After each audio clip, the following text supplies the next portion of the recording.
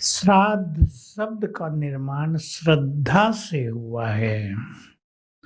देखिए, भारतीय कल्चर में एक छोटी सी परंपरा रही है, आप सबके बीच भी होगी, कि हमारे माता पिता जो बुजुर्ग हो गए, हम घर में उनके फोटो रख लेते हैं, उन पे माला भी चढ़ा देते हैं। उन्होंने अपने माता पिता के लिए यही किया होगा, उन्होंने अपने माता पिता के लिए, तो वो सब हो गए हमारे पूर्वज। हम उनकी वंशावली हैं, तो हम उनको श्रद्धा अर्पित करते हैं, अपना सम्मान अर्पित करते हैं, और वो तो कहीं ना कहीं फिर से पुनर्जन्म में अब मनुष्य रूप में होंगे।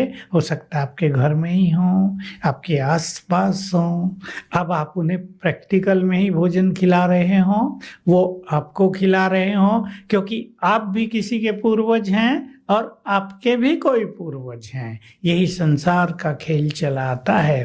तो ये जो भारत में त्योहार मनाए जा रहे हैं, ये हम अपने पूर्वजों को श्रद्धा और सम्मान अर्पित कर रहे हैं, ये उसकी यादगार है।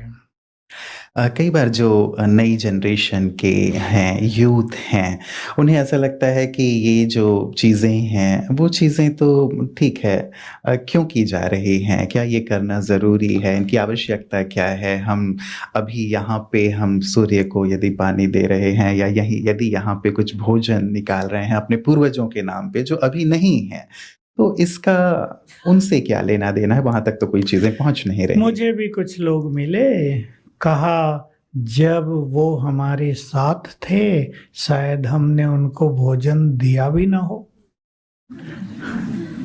और जब वो नहीं है तो अर्पित कर रहे जब वो खा नहीं सकते।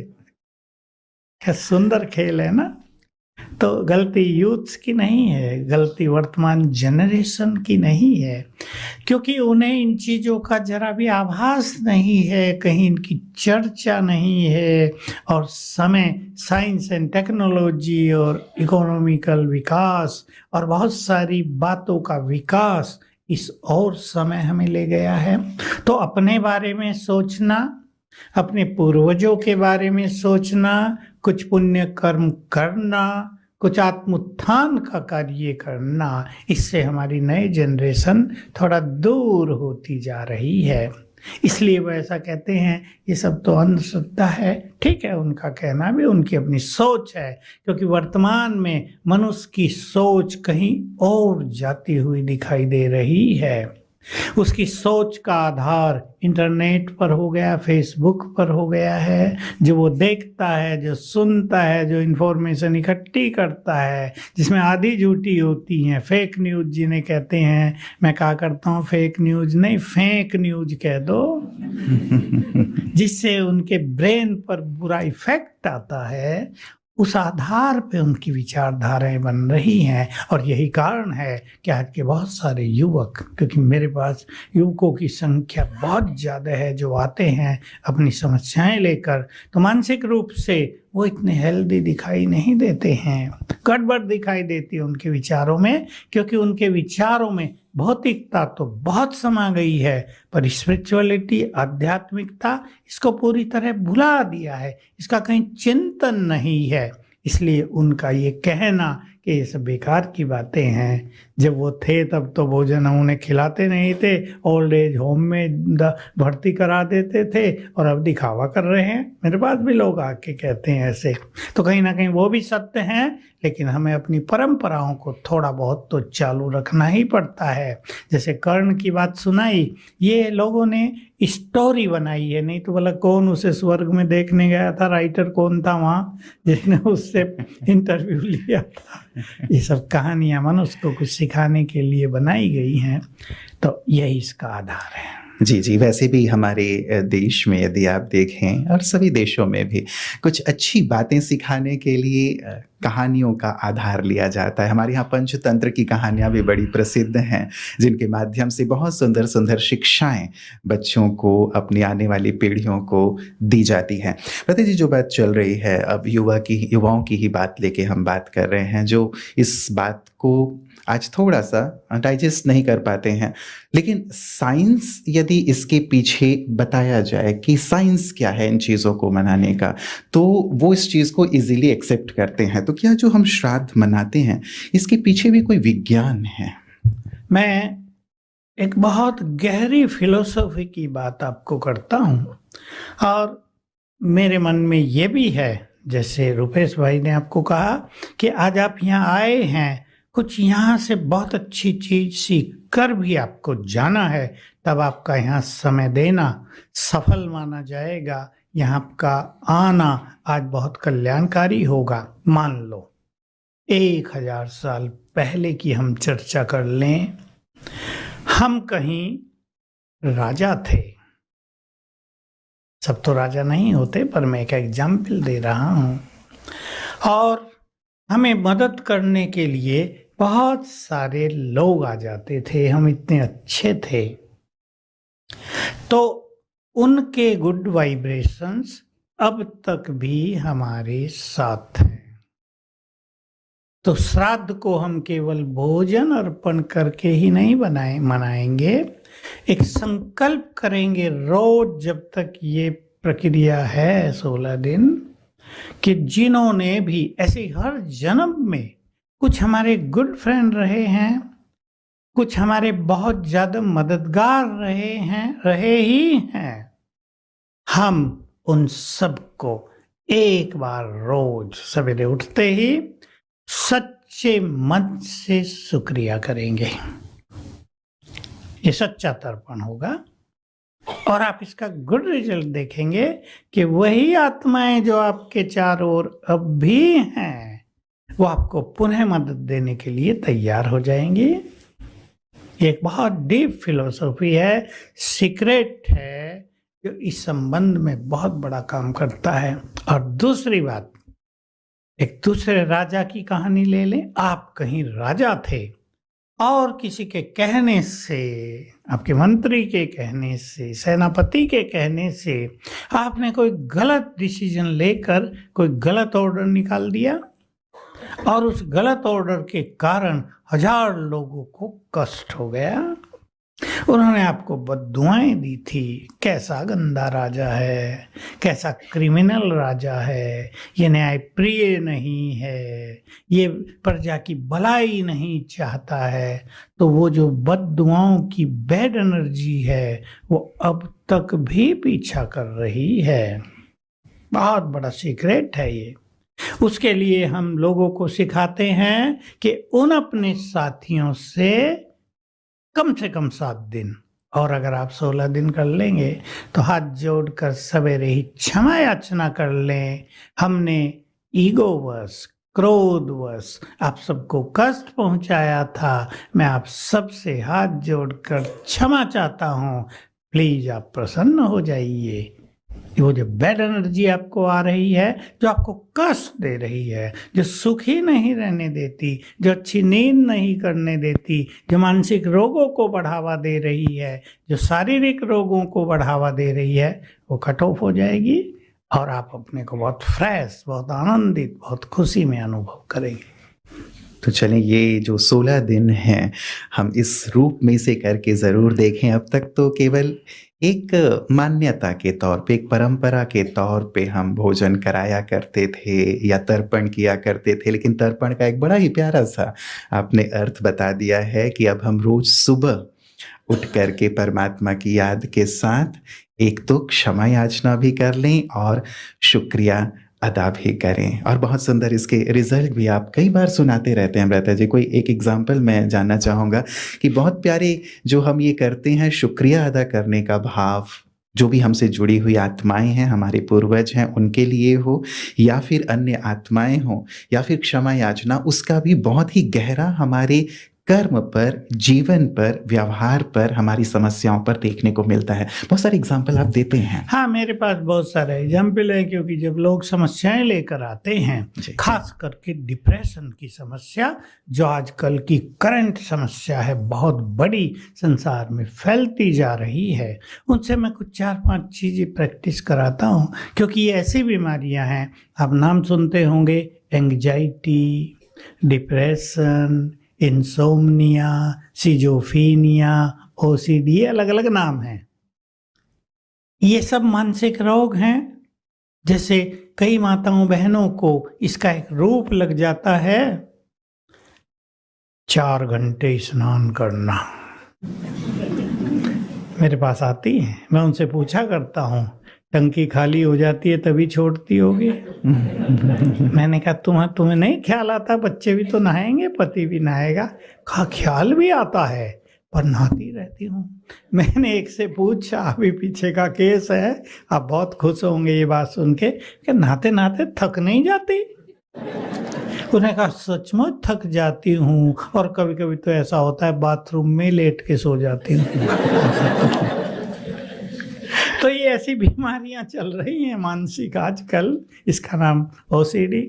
तो हम उनमें क्षमा याचना कराते हैं, क्योंकि ये कहीं ना कहीं पूर्व जन्मों से आ रही बैड एनर्जी का इफेक्ट होता है मनुष्य पर, जिसको वो कंट्रोल नहीं कर पाता। और राजयोग के अभ्यास के द्वारा आत्मा में शक्ति आ जाती है, मन में शक्ति आ जाती है, जिसे हम कंट्रोलिंग पावर कहते हैं। और 5-6 केस ऐसे, क्योंकि ये केस ज़्यादा नहीं होते, सारे संसार में 1000 केस होंगे ऐसे नहाने वालों के, हाथ धोने वालों के। सारा दिन एक साबुन खत्म, स्किन डिजीज हो रही है, लेकिन फिर भी किसी ने छू दिया, लोग जानबूझ के भी छू देते हैं, चलो फिर साबुन से हाथ धोएंगे। बच्चे भी मम्मी को चिढ़ाने के लिए जानबूझ के छू देते हैं, तो अभी नहाना पड़ेगा मुझे, इसने मुझे छू दिया। तो राजयोग से कंट्रोलिंग पावर आ जाती है, और इन चीज़ों को वो आराम से कंट्रोल कर पाते हैं। जब क्षमा याचना कर लेते हैं तो बैड एनर्जी जो आ रही थी वो समाप्त हो जाती है, और धीरे धीरे जैसे मनुष्य होश में आ जाए वो होने लगता है। और ऐसे सिखाते हैं, शुक्रिया करो। बहुत अच्छे लोग भी तो आपको मिले होंगे जीवन की यात्रा में। इस जीवन में भी, आपकी यात्रा में अनेक गुड फ्रेंड्स आपको मिले होंगे, उनको सच्चे मन से शुक्रिया दो, तो उनकी ओर से गुड एनर्जी आने लगती है, गुड वाइब्रेशंस आने लगते हैं। और ये इतना बड़ा सीक्रेट है, बैड एनर्जी समस्याओं को बढ़ा देती है, गुड एनर्जी उन्हें नष्ट कर देती है। इस विधि से बहुतों को बहुत फायदे हुए। अनुभव तो मेरे पास बहुत हैं, टाइम बचा तो लास्ट में। बहुत सुंदर।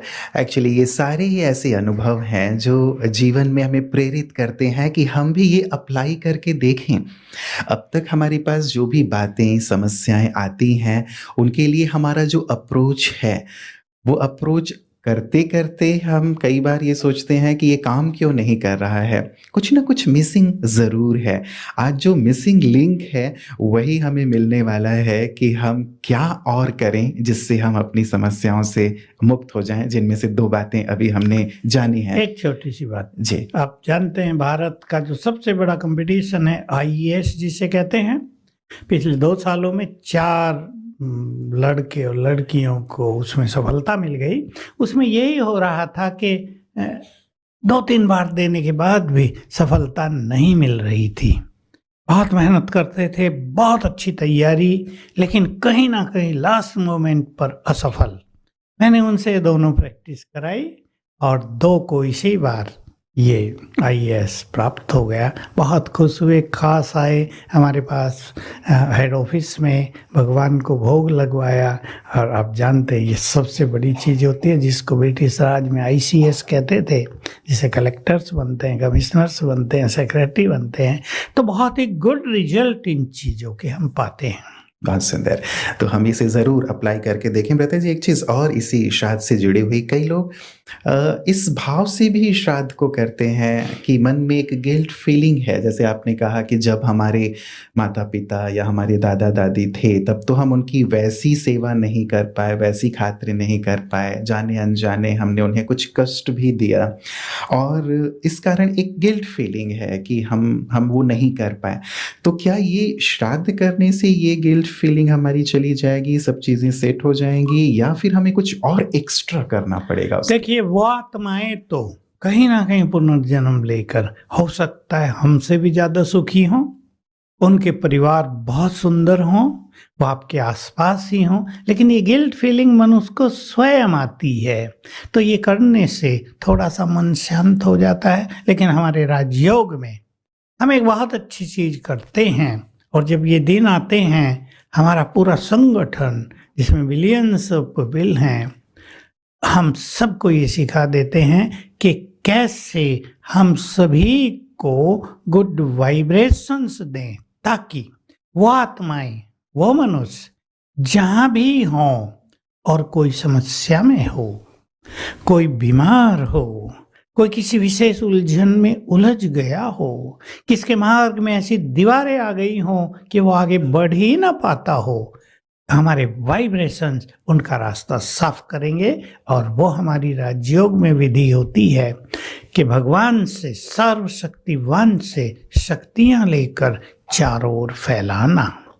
हमें पता नहीं हमारे पूर्वज कहाँ हैं जिनको हम श्राद्ध अर्पित कर रहे हैं। हम जब संकल्प करेंगे कि ये सभी वाइब्रेशंस उन आत्माओं को पहुंच जाएं जो जन्म जन्म हमारे साथी रहे हैं, हर जन्म में हमारे बहुत साथी रहे हैं। आप एवरेज समझ लो 20-25 हर जन्म में। कुछ हमारे क्लोज रिलेटिव, भाई स्त्री पुरुष, माँ बाप बच्चे, इसको 8 मान लो, और फिर उनके रिलेटिव, तो टोटल अगर 20 करें एवरेज, तो हमारे अनेक जन्मों में कई हजार आत्माओं से हम बहुत गहराई से जुड़े रहते हैं और अब भी जुड़े हुए हैं। जैसे मैंने कहा, उनकी एनर्जी गुड और बैड हमें आती रहती है, लेकिन हम भी उन्हें अपनी पावरफुल एनर्जी, प्योर एनर्जी देकर उनके जीवन के मार्ग को सरल कर सकते हैं। ये राजयोग यहाँ पर सिखाया जाता है।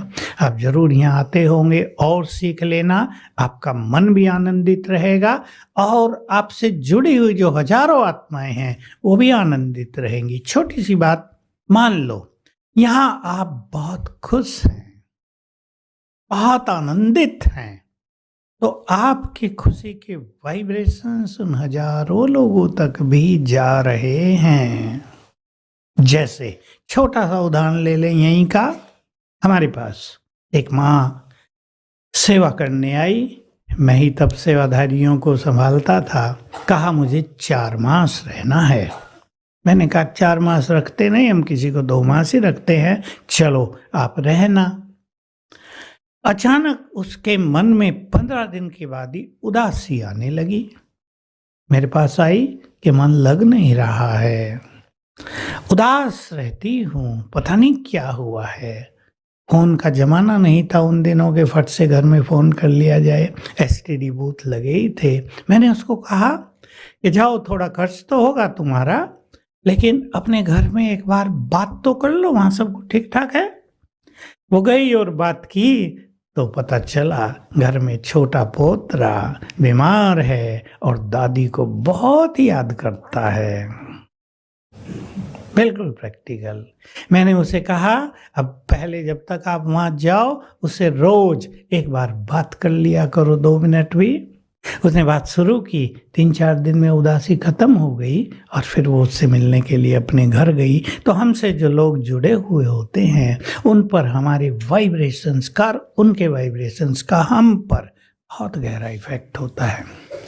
तो वाइब्रेशन वाइज भी आज हम इस बात को समझ पा रहे हैं कि हम जो जल अर्पित करते हैं या कुछ भोग अर्पित करते हैं, केवल वो स्थूल रूप नहीं, लेकिन वाइब्रेशन के तौर पे भी हम एक दूसरे के साथ जुड़े हुए हैं और ये सारी जो विधियां हैं ये हमारी जो अकाउंट हैं उन्हें बहुत ही अच्छा पॉजिटिव कर देंगे, उन्हें हल्का कर देंगे। क्योंकि पता जी कई बार कईयों के मन में प्रश्न होता है या ज्योतिषियों के पास भी जब जाते हैं या हमें जीवन में सफलता नहीं मिल रही होती है, कोई समस्या आ रही होती है, तो वो ये कहते हैं कि कोई पितृदोष है या पूर्वज नाराज़ हैं, तो ये इस दोष के कारण आपको सफलता नहीं मिल रही है या जीवन में ये तकलीफ़ें हैं। क्या ये बात सही है? क्योंकि माता-पिता तो हमेशा हमें आशीर्वाद ही देते हैं, क्या वो हमें श्राप भी देते हैं इस रूप में? देखिए, हमारे भारत में जो कुछ मान्यताएं चलती हैं, भले ही आजकल वो थोड़ी ज़्यादा अंधश्रद्धा में बदल गई हों, लेकिन जब वो शुरू हुई थी, उसके पीछे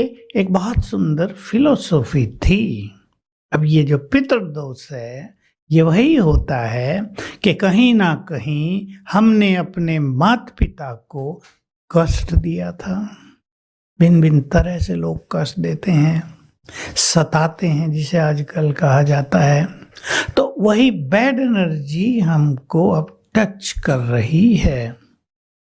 बस ये भक्ति में उसके लिए कुछ भक्ति पूजा पाठ करा देते हैं ताकि वो जो दोष क्या कहें, वो बैड एनर्जी समाप्त हो जाए। ये भक्ति की मान्यता है कि वो खुश हो जाएं हमारे पितृ और पितृ दोष हमसे समाप्त हो जाए। लेकिन मैंने जो आपको कहा, अगर हम उन्हें वाइब्रेशंस देना सीख लें तो हम उनको बहुत बड़ी मदद भी कर सकते हैं। केवल प्रसन्न ही नहीं, उन्हें बहुत बड़ा कोऑपरेशन दे सकते हैं। बिल्कुल। ये जो वाइब्रेशन की आप बात कर रहे हैं या फिर राजयोग की बात कह रहे हैं कि हम उनके साथ कनेक्टेड हैं और उन्हें अच्छी तरह से वाइब्रेशन दे सकते हैं, वो कैसे हो? क्या हम 1-2 मिनट उसकी प्रैक्टिस आपके साथ कर सकते हैं? वो थॉट्स क्या हों? चलिए बैठ जाएं सभी योग की मुद्रा में।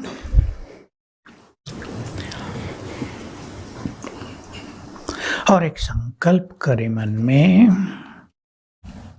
मैं चैतन्य आत्मा हूं भ्रकुटियों के मध्य में, पॉइंट ऑफ एनर्जी।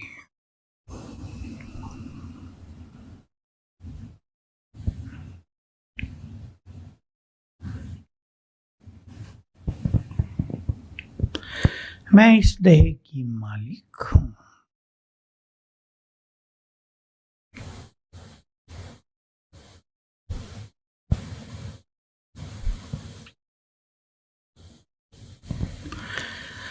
बहुत गुड फीलिंग करें, मैं भगवान की संतान हूं।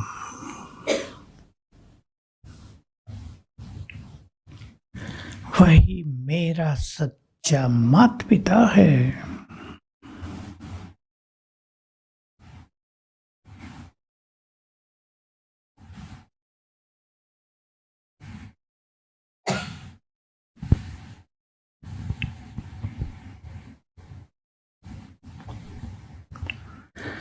अब कुछ क्षणों के ऊपर से उसके पावरफुल वाइब्रेशंस, उसकी डिवाइन एनर्जी मेरे ऊपर आ रही है। जैसे ऊपर से एक फाउंटेन पड़ रहा है मेरे ऊपर।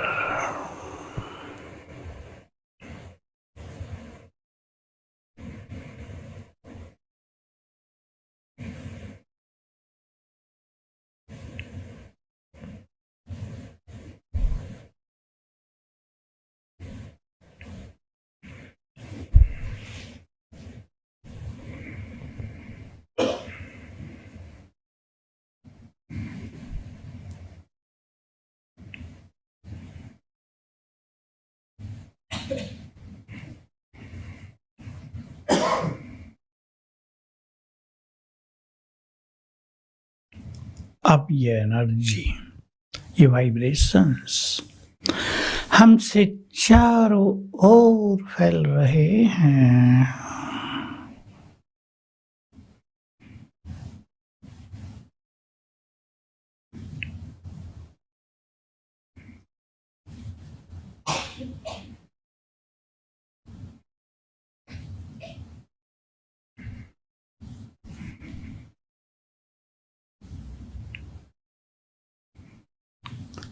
संकल्प कर दें,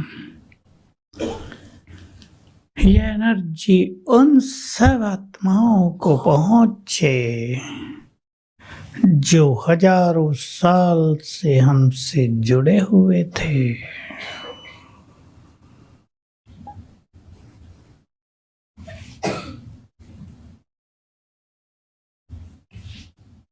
सबको दुआएं दे दें, सभी सुखी हों, सबका कल्याण हो,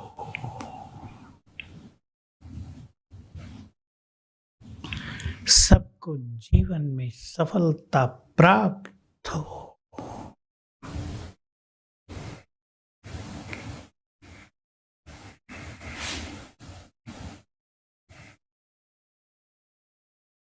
ओम शांति। बहुत सुंदर एक अनुभूति। इस अनुभूति को रोज ही अपने साथ बनाकर रखिएगा। सचमुच किस किस को बहुत प्यारी सी अनुभूति हुई? एक प्यारी सुंदर डीप फीलिंग, राइट? क्या अपना हाथ उठाएंगे? जरा एक बार हाथ उठा करके बताएंगे। बहुत सुंदर। यदि इस थोड़ी सी देर में हम इतनी प्यारी अनुभूति कर सकते हैं और कितना मन रिलैक्स हो जाता है, शांत हो जाता है, और जैसे हम फील करते हैं कि जैसे हमें अपने पूर्वजों की दुआएं, आशीष मिल रही है। इन दुआओं और आशीष को हम रोज ही प्राप्त करें, न केवल पूर्वजों की लेकिन परमात्मा के भी, राइट?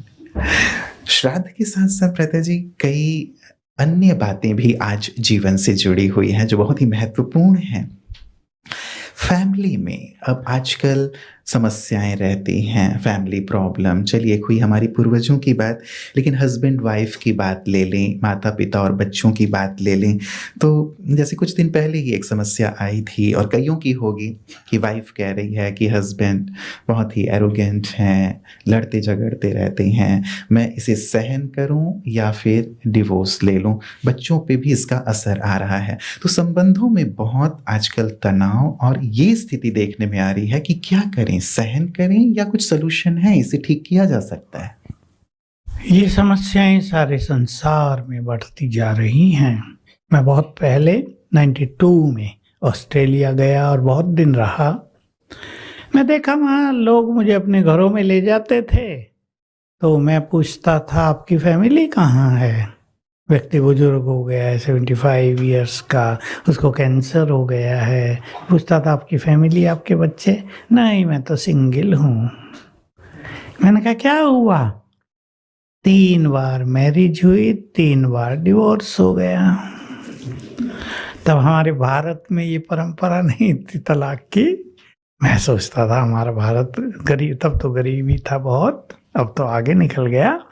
मैं सोचता था हमारा भारत गरीब तो है पर मानसिक रूप से तो रिच है बहुत।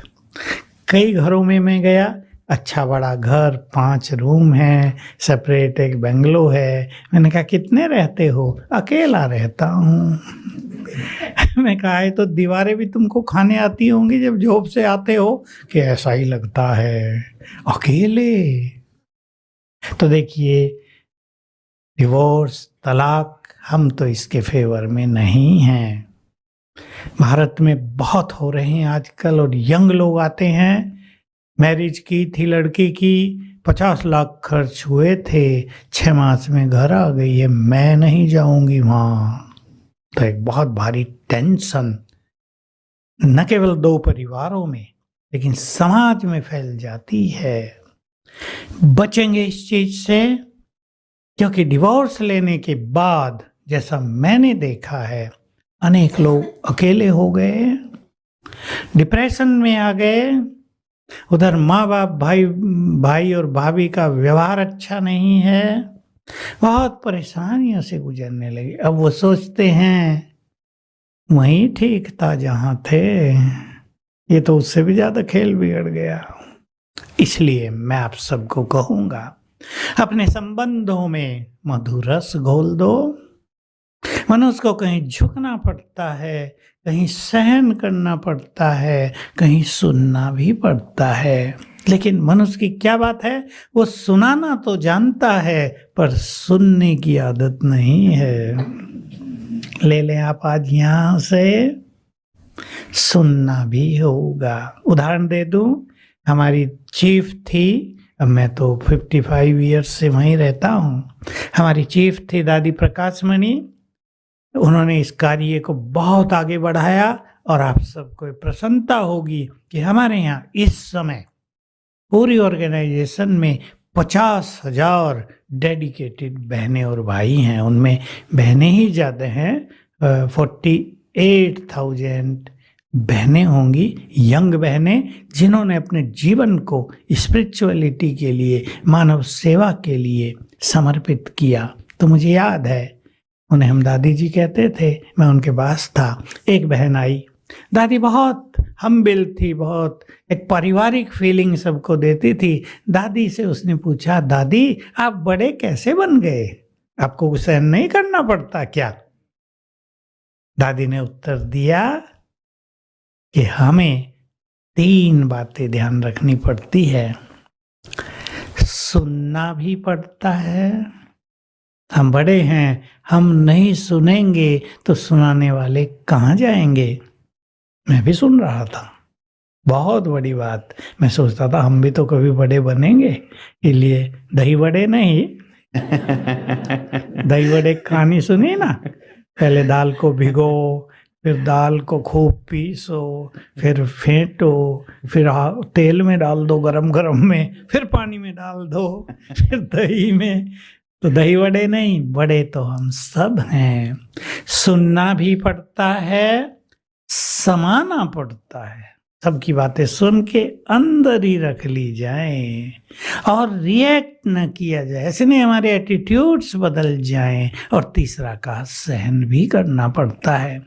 तो जो सहन करे वही सहनसा बन जाएगा। इसलिए परिवारों में सहन करना सीखें। लेकिन मनुष्य में ईगो इतना बढ़ गया है कि वो सहन करना नहीं चाहता, उसे सहन करना भारी लगता है। स्पिरिचुअलिटी हमें ये बल देती है, राजयोग हमें ये शक्ति देता है कि हम हंसते हंसते सहन करें। और हमने सहनशीलता की एक पराकाष्ठा जान ली थी कि सहनशीलता वो है जिसमें सहन करने वाले को ये लगे ही नहीं कि मैं कुछ सहन कर रहा हूँ, सब नेचुरल सा लगे। तो तलाक के बारे में कोई नहीं सोचेगा, मिल के रहना है। और एक संकल्प आपको दे रहा हूं, बस सब ईगो और एंगर के कारण ये सब खेल चल रहा है दुनिया में। अपने से पूछेंगे, मेरा ईगो बड़ा या मेरे रिलेशनशिप्स बड़े? सुख किस में है? संबंध बहुत बड़ी चीज होती है।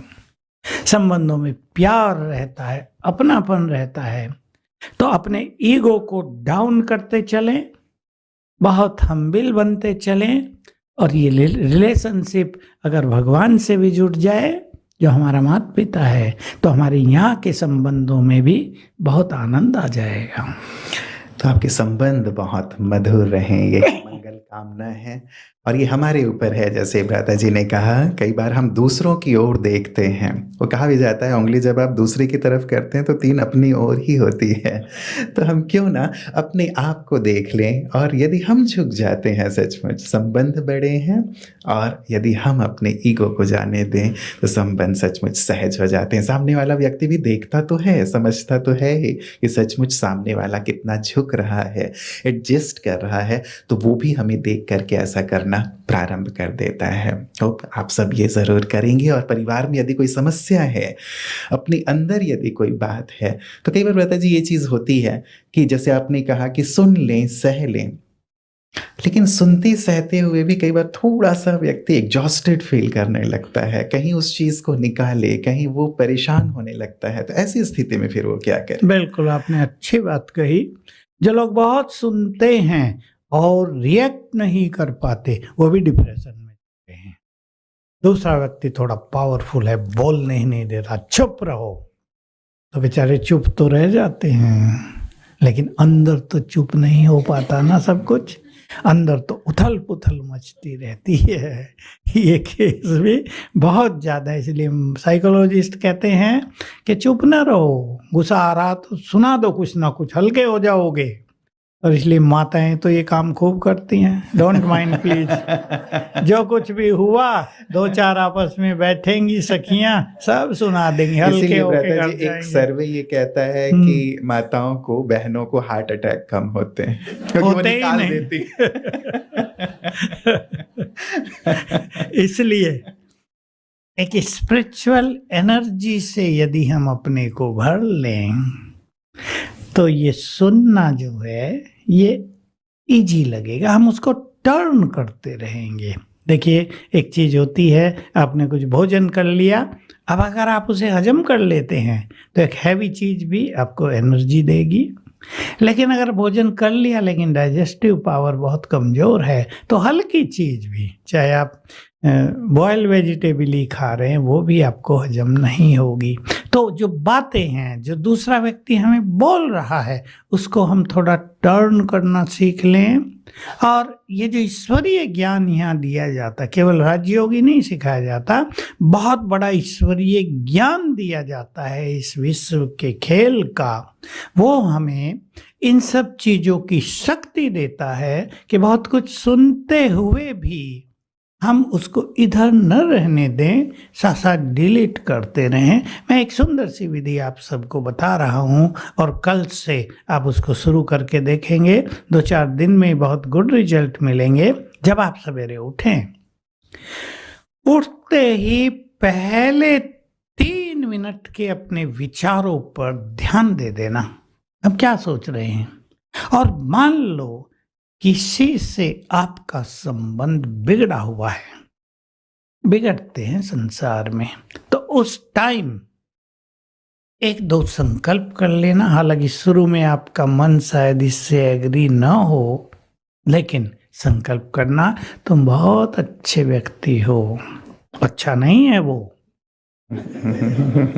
अच्छा नहीं है तब तो गड़बड़ है, लेकिन आपको उसको अच्छा बनाना है। वो आपका बच्चा भी हो सकता है, आपका पति भी हो सकता है, आपकी माँ भी हो सकती है जिससे संघर्ष चलता है। तो बहुत अच्छे व्यक्ति हो, you are my good friend.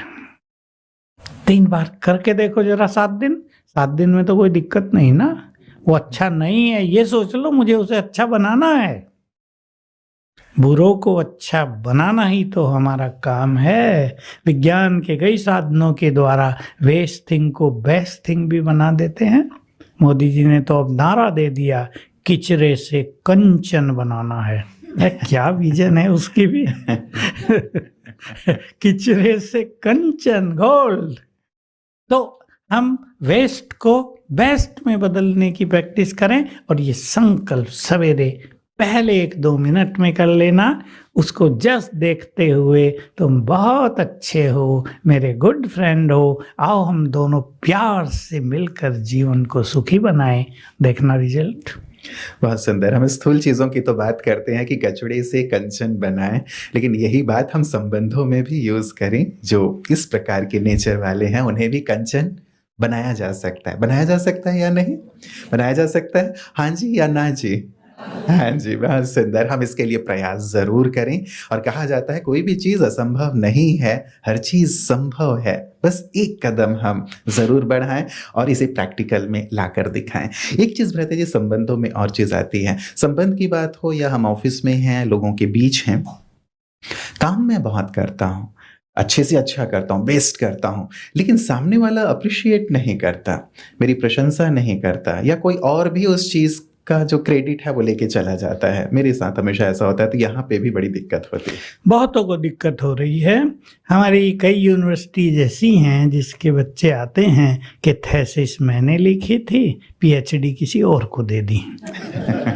कितनी बड़ी बात है, कितना बड़ा धोखा कर देता है मनुष्य। तो बेचारा वो लिखने वाला जिसने बहुत मेहनत से थेसिस लिखी थी, वो लड़कियां आती है मेरे पास, मैं देखता हूँ उनके चेहरे को, कितनी निराशा, मनुष्य के लिए कितनी घृणा। जो बड़े हैं वो तो बड़े अधिकारी होते हैं ना, प्रोफेसर्स होते हैं, उस यूनिवर्सिटी के अधिकारी होते हैं, डिग्री देने वालों का ग्रुप होता है, कितनी नफरत की भावना उनके लिए आ जाती है। ये कई केस हो गए हैं। ऐसे ही कार्य करते हैं और एप्रिसिएशन नहीं मिलता, ये भी थोड़ी खराब बात है। हमें एप्रिशिएट करना ही चाहिए। और इस एक निगेटिव बात से हम कम से कम आज ये सीख लें कि हमें सबको एप्रिशिएट अवश्य करना है, सबकी प्रशंसा करनी। अपने घर से इस बात को शुरू करेंगे, अपने को भी एप्रिशिएट करेंगे अपने अच्छे कार्यों के लिए, और दूसरों को, अपने बच्चों को, अपने पति को, पत्नी को एप्रिशिएट जरूर करें। भोजन बनाया, इतना तो कह दें, वाह क्या सुंदर बनाया, बड़ी मेहनत करती हो, बहुत बहुत शुक्रिया, कह सकते हैं या नहीं? या भाई तुम्हारा जवाब काम, दें। या भाइयों से ही तो पूछ रहा हूँ, या ये तो तुम्हारा काम है, तुम्हें करना ही पड़ेगा? अच्छा, कौन कौन ऐसा करते हैं, अप्रिशिएट करते हैं? वो तो जरा अप्रिशिएट करते हैं हमारे हाँ, बात किया करो। लेकिन एप्रिसिएशन न मिले, हमें इस समय के प्रभाव को भी ध्यान में रखना है कि मनुष्य बहुत सेल्फिश हो चुका है, सेल्फ सेंटर्ड हो चुका है। वो दूसरों को आगे बढ़ता नहीं देखना चाहता, वो दूसरों के खिले हुए चेहरों को देखना नहीं चाहता है। इसलिए किसने बहुत अच्छा काम भी किया हो, उसका क्रेडिट खुद को ले लेना चाहता है, उनको जरा भी अप्रिशिएट नहीं करता। लेकिन इसमें मैंने जो कुछ सीखा, देखो हम भी, मैं अपना एक्सपीरियंस शेयर कर रहा हूँ आपको, हम भी एक बहुत बड़े संगठन में रहते हैं। मेरा काम पहले आपको बताया गया, मैं किचन से जुड़ा हूँ, और अब तो हमारे यहाँ आधुनिक किचन है जिसमें अंदर भोजन बनता है, बाहर ठंडा रहता है पतीला, जिसमें गर्मी नहीं, धुआं नहीं, मेहनत नहीं, सहज काम होता है। लेकिन जब मैं शुरू किया 69 में, तो सब काम लकड़ियों पर होता था, मेहनत का काम होता था, लेकिन नो एप्रिसिएशन।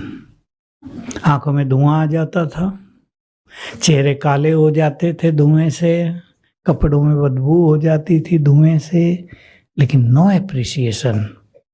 तो मैं ये सोचता था, मैंने बहुत बचपन से ही गीता पढ़नी शुरू कर दी थी, हालांकि उसका मीनिंग समझ में नहीं आता था। धीरे धीरे उसका मीनिंग भी समझ में आया, और जब ये ईश्वरीय ज्ञान मुझे मिला तो गीता के सारे सीक्रेट्स 6 मास में ही समझ में आ गए। तो उसमें एक बहुत सुंदर बात है, अर्जुन कर्म करो और मुझे अर्पित कर दो।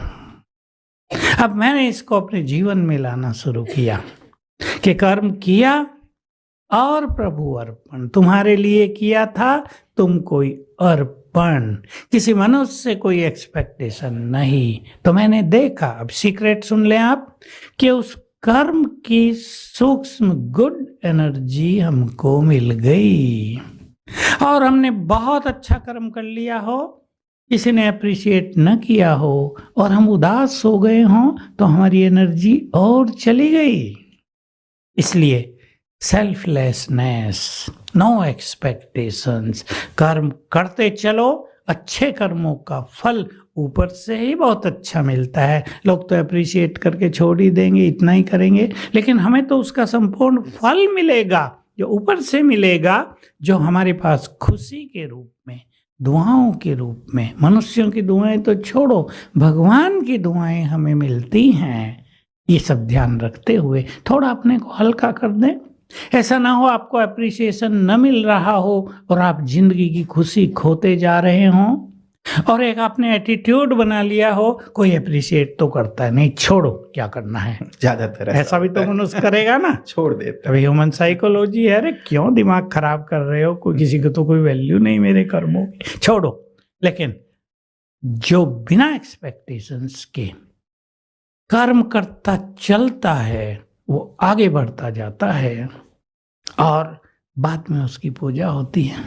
हमारे यहाँ साईं बाबा के मंदिर बन गए हैं, सोने का बना दिया है शिरडी में, मैं भी गया, वाह, हमारे लोग हैं वहाँ जो जान पहचान वाले हैं, हमें तो सीधा ले गए, दिखाया।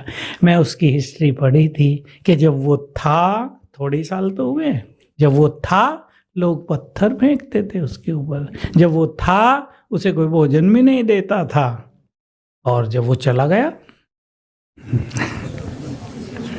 सोना चढ़ रहा है उसके ऊपर जबकि उसको सोने की जरूरत नहीं है। तो ये ह्यूमन मेंटेलिटी है।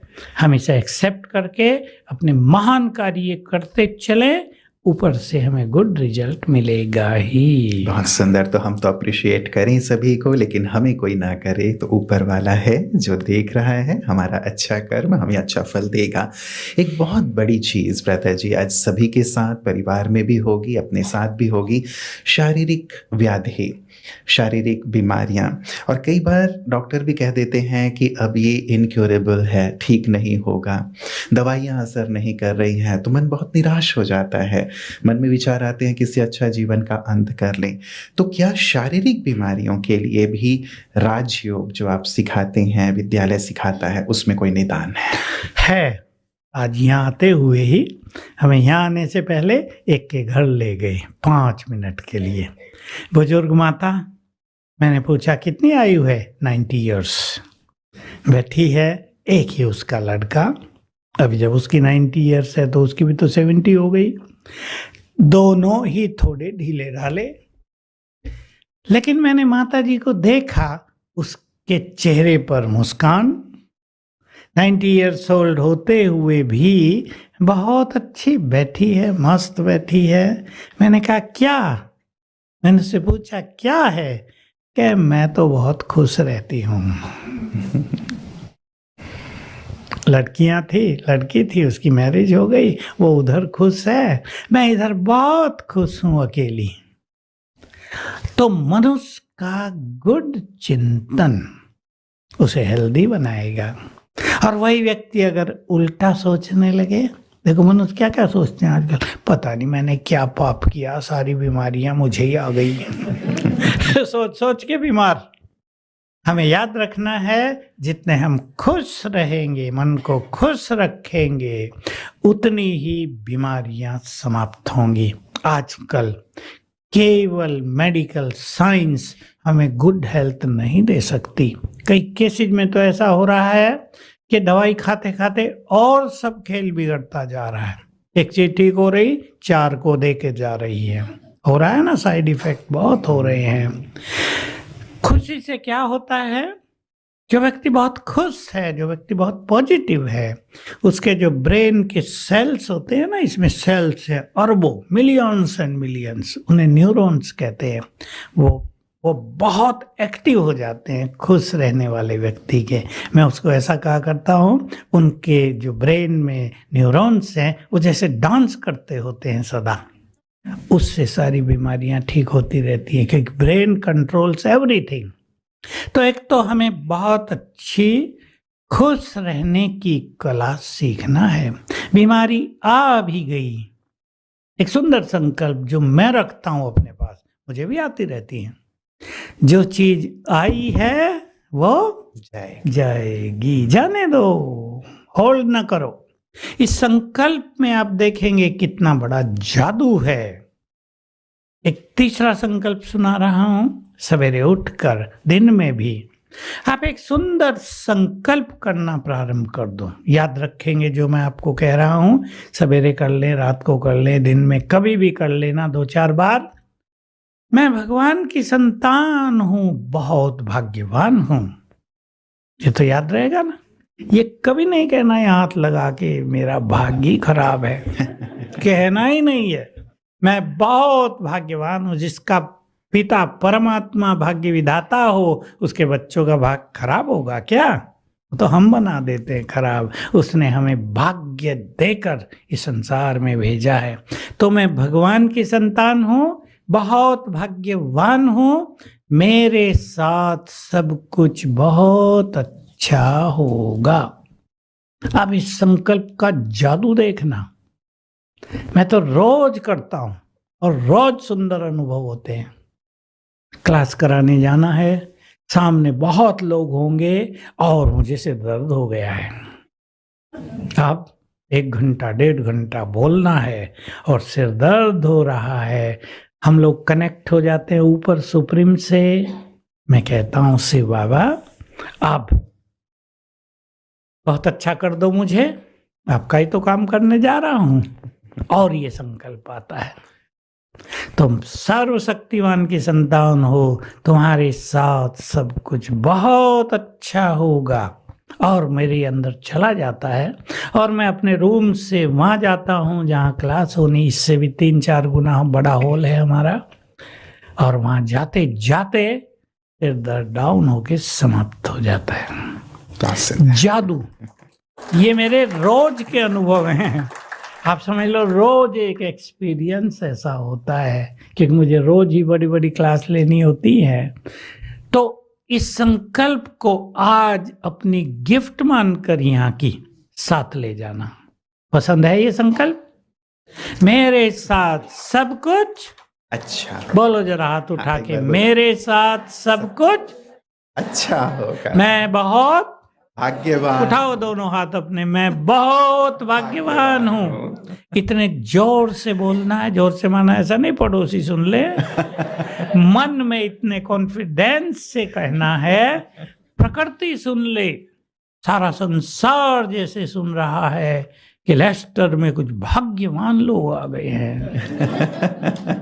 बहुत सुंदर। आज से हम सबके भाग्य का सितारा चमकने लगेगा। हम सभी के जीवन में जो भी दुख दर्द थे वो दूर हो जाएंगे इन सुंदर विचारों से। और ये जो आपने आज बात कही है व्रता जी, हमें जो गिफ्ट दिया है इसे तो हम लेकर जाएंगे ही, लेकिन जैसे आपने कहा ये जीवन के लिए बहुत इंपॉर्टेंट है कि ऊपर वाले से कनेक्ट हो जाना। और हम सब सुनते भी हैं कि रब है तो सब है, और ईश्वर का हाथ पकड़ लो तो तुम्हें किसी का भी पैर पकड़ने की जरूरत नहीं पड़ेगी। ये सचमुच बहुत गहरी सी बात है। तो कैसे हम उसका हाथ पकड़ लें, कैसे उससे जुड़ जाएं ताकि जीवन की सारी विपदाएं दूर हो जाएं? चाहूंगा कि अंत के 3 मिनट आप हमें फिर से गहन योग की ओर ले चलें और हमें वो अनुभूति कराएं। मुझे याद आया आज ही हम यहाँ आने से पहले रेडियो स्टेशन में गए थे जहाँ सवेरे थे ना हम। हाँ, गुलशन रेडियो स्टेशन, पंजाबी हैं वो। और तो जब हम वहाँ गए, एक गीत बज रहा था, ये मत कहो खुदा से मेरी मुश्किलें बड़ी हैं, ये मुश्किलों से कह दो मेरा खुदा। हमने कहा ये गीत आपको कहाँ से मिला? क्योंकि ये तो हम लोगों ने बनाया और हमारे पास ही बजता है। मैंने भी कई गीत लिखे हैं जो रिकॉर्डेड हैं।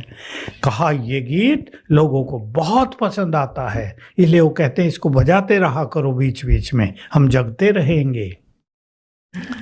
तो मैं आप सभी को कहूँगा, आपके वाइब्रेशंस आपके पूर्वजों को भी जाएंगे और ये सच्चा श्राद्ध होगा उनके लिए, सच्ची शुभ भावनाएं होंगी उनके लिए, सच्चा प्यार और सम्मान होगा उनके लिए। तो एक बात तो और यहाँ से आज ले जाना है, हमें अपने विचारों को बदलना है, व्यवहार को बदलना है। मैं एक ही चीज लोगों को सिखाता हूँ, विचार बदल दो, आपका संसार बदल जाएगा। पसंद है? विचार ही तो हैं जो किसी को सुख दे रहे हैं, किसी को दुख दे रहे हैं, किसी को उड़ा रहे हैं, किसी को जमीन पर उतार रहे हैं, किसी कोई निराशा की अंधकार में डूबता जा रहा है और कोई आसमान छू रहा है। ये विचार ही तो हैं। इसलिए कभी कोई आपका एक द्वार बंद कर दे, परेशान ना, सीख के जाओ। आज यहाँ दूसरे द्वार खुले हुए हैं, किसी के सारे द्वार कभी बंद होते ही नहीं। मिल जाएगा आपको। अपने में विश्वास रखना और अपनी शक्तियों को पहचानना। हम बहुत शक्तिशाली हैं। छोटा सा उदाहरण जो मैं सबको देता हूं और याद रहता है, टाइगर का बच्चा क्या होगा? टाइगर। हम सर्वशक्तिवान के बच्चे हैं, तो हम कमजोर होंगे क्या? उसे भी लज्जा आएगी, उसे भी लज्जा आ जाएगी, ये मेरे बच्चे क्या बोल रहे हैं। हम बहुत पावरफुल हैं। आप उठते ही ये भी संकल्प कर लेंगे, कभी कुछ, इसलिए मैं कई बातें कह रहा हूँ, एक ही संकल्प सदा नहीं चलता। मैं बहुत पावरफुल हूँ, मैं समस्याओं से अधिक पावरफुल हूँ। उठते ही ये संकल्प करेंगे तो आपकी इनर पावर्स बहुत बढ़ जाएंगी, अंदर में छुपा हुआ भय नष्ट हो जाएगा और जो ओवर थिंकिंग चल रही है आजकल वो भी नष्ट हो जाएगी। इसलिए मैं बहुत शक्तिशाली हूं और सर्वशक्तिवान की संतान हूं। इस फीलिंग को आज साथ ले जाना। चले अब हम इसी से 5 मिनट मेडिटेशन कर लेते हैं फिर से।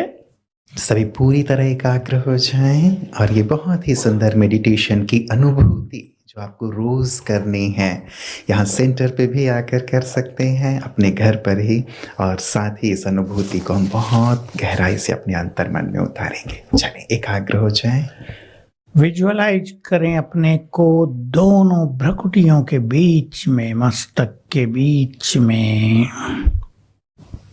मैं आत्मा, point of light, point of energy.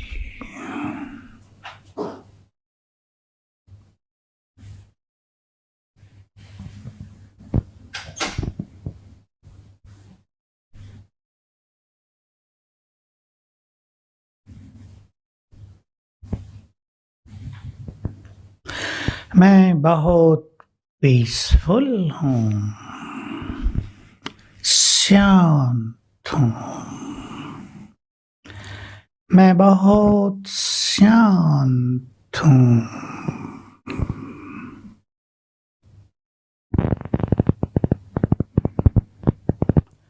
मैं पवित्र हूँ।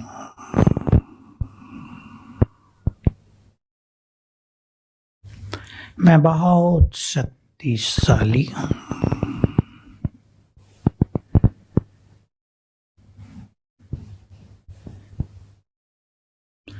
मुझसे चारों ओर शांति के वाइब्रेशंस फैल रहे हैं।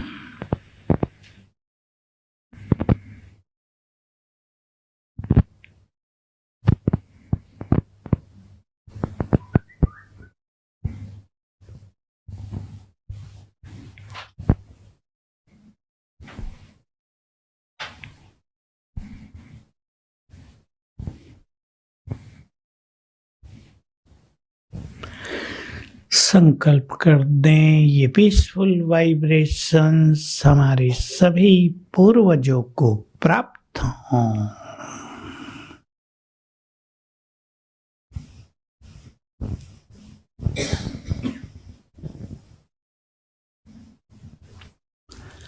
मन के नयन से ऊपर की ओर देखें। हमारे ऊपर नीला आकाश, चांद, तारे। उसके बहुत ऊपर आत्माओं की दुनिया है, परम धाम।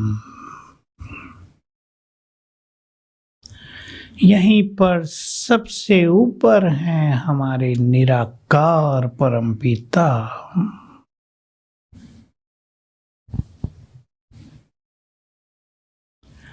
वे सुप्रीम सोर्स ऑफ एनर्जी हैं। सुख, शांति, पवित्रता के सागर हैं।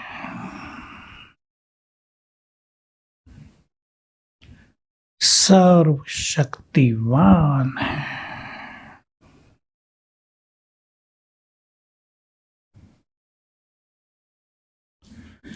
वे मेरे माता पिता हैं।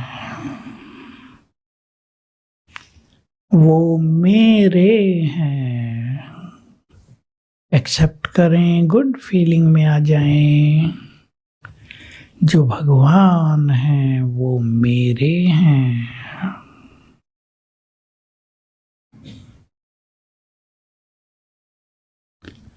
उनका संपूर्ण प्यार मेरे लिए है।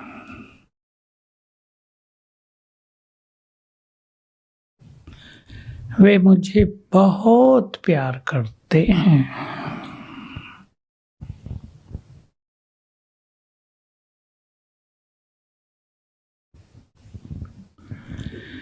वे भाग्य विधाता हैं। उन्होंने मेरा सुंदर भाग्य निर्माण किया है।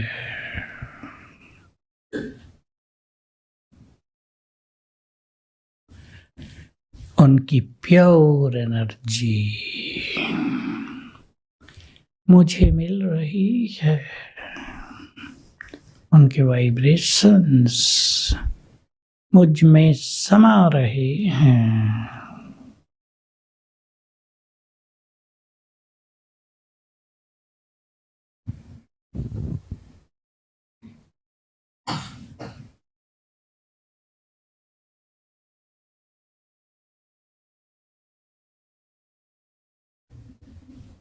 ओम शांति।